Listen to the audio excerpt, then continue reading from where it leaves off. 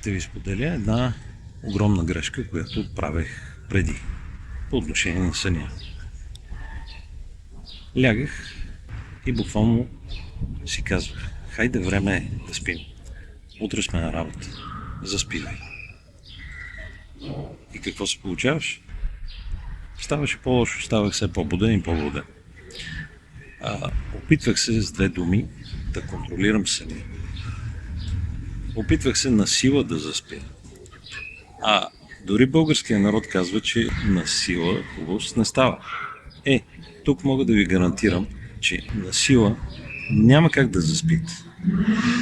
Ако и при вас се е получавало нещо подобно, коментирайте с думата сън, харесайте видеото, споделяйте го и най-вече се абонирайте за канала, защото може да очаквате само полезни, практични и готини неща.